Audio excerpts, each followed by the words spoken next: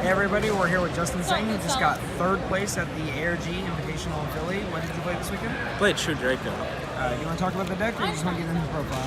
I'll talk about it a little bit. I played it because I thought it was a good counter pick to Goki because it plays so many hate cards that are 1-card instant wins. And I played it over Alta Guys because it has a good matchup versus everything else.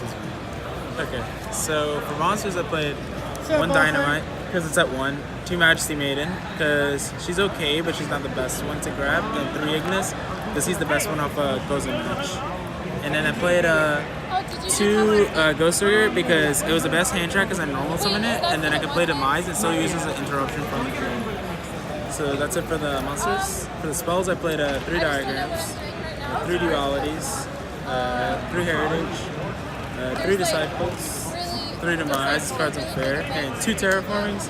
Only 2 Terraformings because the deck is inherently weak to Drill. It's the same reason why I didn't play Desires. So I mitigated all those cards that can lose the Drill and put in other cards that can interact with my opponent's environments. So that's it for the spell cards. For the trap cards, I played 3 Apocalypse. This card is just so good by itself because of what it does that people don't realize that if you flip a Flood and Goki's trying to beat you down, you can just keep halving their guys to the point where they can't overcome your Dracos. And if you have Diagram up, they can never kill them. So it's just game. 3 Impermanence. The only reason why I think this deck's viable because it's the best hand trap of the format, I think, and it doesn't conflict with Demise. 3 Rivalry and 2 Gozen, the main appeal of the deck. These are just instant wins versus Goki and Trickstars and all those decks because it doesn't really conflict. Gozen kind of conflicts, but then you just either control with Ignis and Maiden, but Rivalry just instant win because all your guys are worms. Played 2 Waterfall. This was what I subbed out for the Terraforming the other card because this card allows you to dodge Afterburner because you get off your guy off the burn or when they target it and they can't pop your Floodgate. And it lets you draw 2. It lets you search on their turn if they like drill or ash you to get a guy tribute to pop there or soul there or something.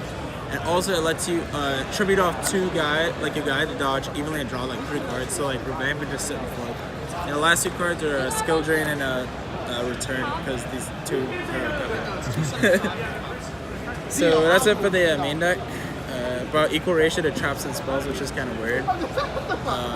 For the extra deck, it's just really all over the place because of cherries. 1 Firewall, because it's better to hit this sometimes if they open Goki Super X because they can still push through and, like, if you Reaper their Isolde because of rematch and some sort.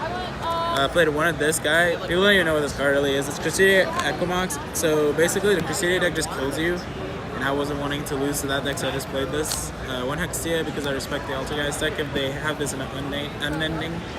Electromite, because I thought Pendulums were going to be a little more hyped. 1 Helix, same thing with Spirals. Isolde, because sometimes it's better to hit this over this. If they don't have Gokis, you hit this guy, because then they can't really extend.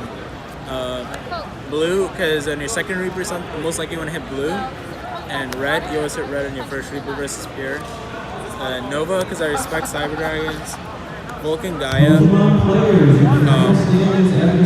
This card's hilarious. So basically, you can steal a game with this card. Also, if they Widow Anchor you dude, you can just Vulcan the Gaia for game. And if you ever hit time, Vulcan just steal you the game in time because you just use the effective main phase.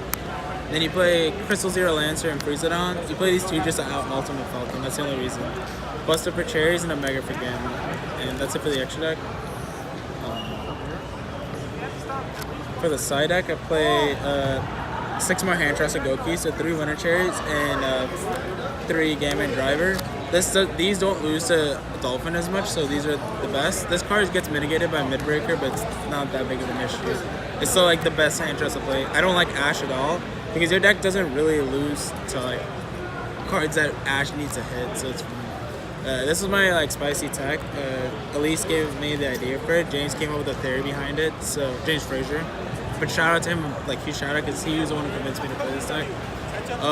Book of Eclipse. If they red reboot you with like Goki and a Super X and red reboot, you can just go and you flip like a flood, let's say whatever, and they red reboot, you set another flood, then you Book of Eclipse and they pass. So then your turn you can flip all your floodgates up and they can't interact with it at all and you just win.